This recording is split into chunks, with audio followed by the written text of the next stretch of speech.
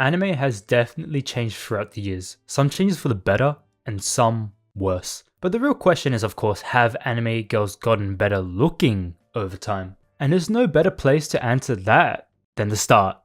The 1970s. Because no one really cares about anime that was created in the 60s, besides Astro Boy.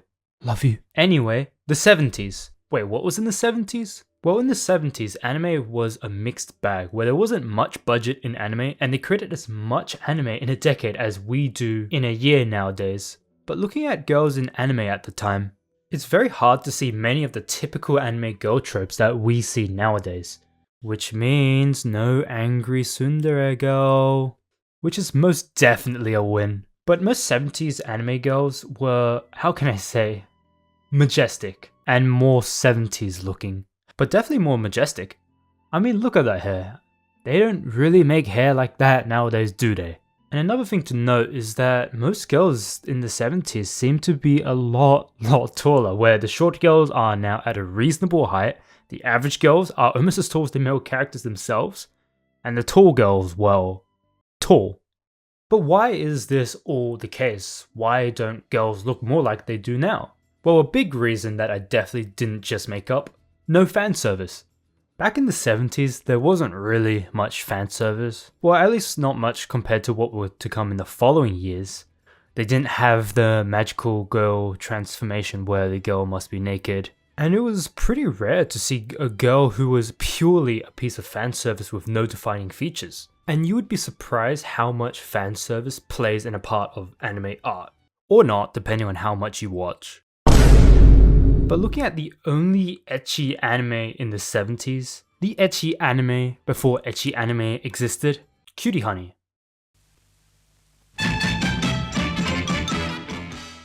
But due to too much fan service, Cutie Honey was axed by net executives, making the maker of it, a small little animation studio called Toei Animation, not very happy. Thus making fan service no more in the 70s, cementing the 1970s of anime to be what I call the cool girl era. Which is a shame because I find stuff like Cutie Honey to have the best looking girls. Well, let's get on to rating. Maybe it's because I can't connect with this era very well, but I am not feeling very attracted to these girls in the 1970s. But I can appreciate their appearance, so I'd give it a 6 out of 10. Moving on, we go to the 80s and the 90s. What a beautiful time for Japan. Economic prosperity, with tons of money to spend on anime, and with all of this money, we can get pretty experimental. The 80s and 90s were the birth of what we call OVAs, which were essentially a mix of TV series and a movie. And by having a smaller amount of episodes for the most part, anime studios were able to put more budget into each episode. And boy, did this help. Since anime was created by a cool sounding term called cell animation, where each frame was hand painted on transparent sheets, more budget was typically required to make good looking animation. Otherwise you would get something that looks like this.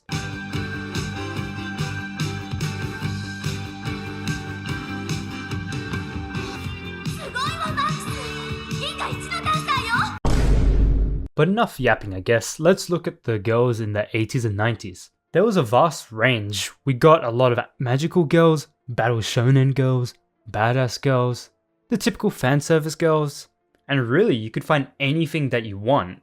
And a large part of this is due to OVAs, where they don't have to show it on television, so they wouldn't be limited by the fear of being cut by a net executive. So, we got a diverse range of girls that are supposed to be attractive to the audience in the 90s and 80s.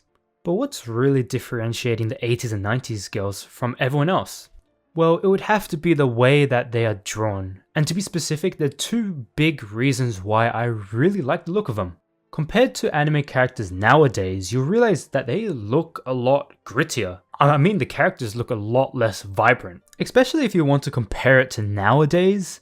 And this comes back to the fact that anime was heavily limited at the time by technology. But these limitations were due to techniques of shading and lighting, and having a small amount of physical color to work from. And I mean small. Like Gundam only had 80 colors to work from. But the main one is due to animation being hand-drawn. And due to this hand-drawn and hand-painted nature, there would tend to be more imperfections and lines just looking not so clean. And this would create a much messier and darker atmosphere. And all of this creates what I'd call more mature girls. Something like Casca from Berserk or Pris from Bubblegum Crisis. But looking more mature aside, one of the other big reasons why I like them so much is due to their more realistic body proportions. Which is crazy. I mean, we're talking about anime, right? It's probably a super unpopular opinion, I know that, but just more realistic body proportions opposed to what we see nowadays, I think it looks cool.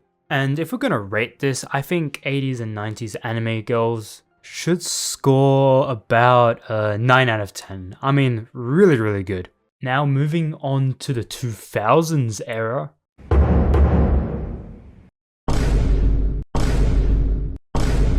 What the hell happened?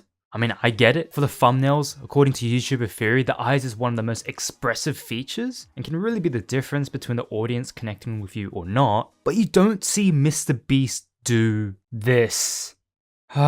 This video was definitely a mistake. Anyway, whilst there are a lot of normal looking shows in the 2000s, by far the biggest trend in the 2000s was the Moe Revolution.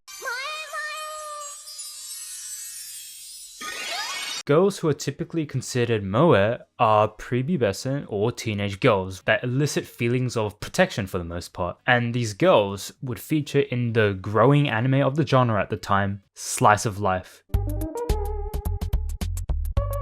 And a lot of this was done by a studio called Kyoto Animation, and in fact they were on fire back in the day, putting out many bangers such as K-On! And Haruhi Suzumiya. And it had so much output that another genre was popularized and brought forth, called Cute Girls Doing Cute Things. And yes, that is an actual name of a genre. And so essentially the trend of the darker plots back in the 80s and 90s were thrown out, and the age of cute girls had begun. Got your nose, and she never got it back. And in fact, all these girls never got their noses back. And also compared to the 80s and 90s, anime studios had shrunk their mouths to represent the level of intelligence that they spoke at.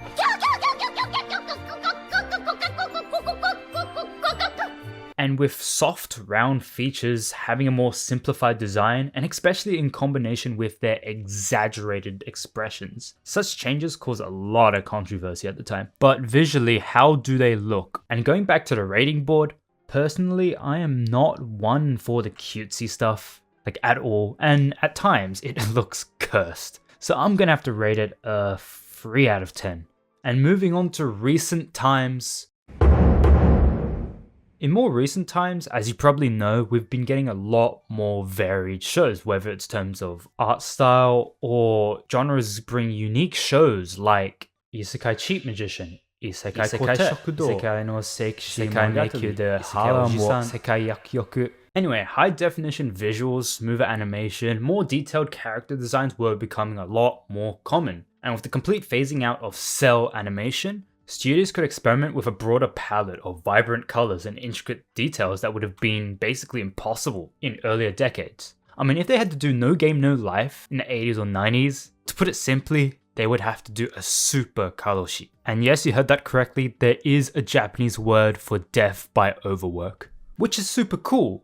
I mean, not the overworking, but the colors. I'm down with colorful characters. And for example, one of the most slept on anime this season, last season, reincarnated as the Seventh Prince, had amazing fights with explosions of color. It looked really good. And when it comes to anime girls, this color can make them more distinct and also just more enjoyable to look at, and sometimes more attractive in my opinion. And you see, anime nowadays is polished throughout all the lessons that they've learned in the past. Polished. Really polished. Okay, now that is way too much polish. And it's up to a point where these girls look like they're made out of plastic. And unlike the previous eras, they weren't limited by hand-drawn animation. They purposely chose this. So even though I appreciate the digital animation, I mean, you just gotta use that shoe shine remover. 7 out of 10. So looking at the overall ratings, anime girls, in my opinion, have peaked in the 80s and 90s. But it doesn't mean that 80s and 90s will be the best forever. I mean, in fact, in modern times, I could still see stuff that I find very attractive. And I think in the future, it will keep getting better and better, as long as we don't go back to the 2000s.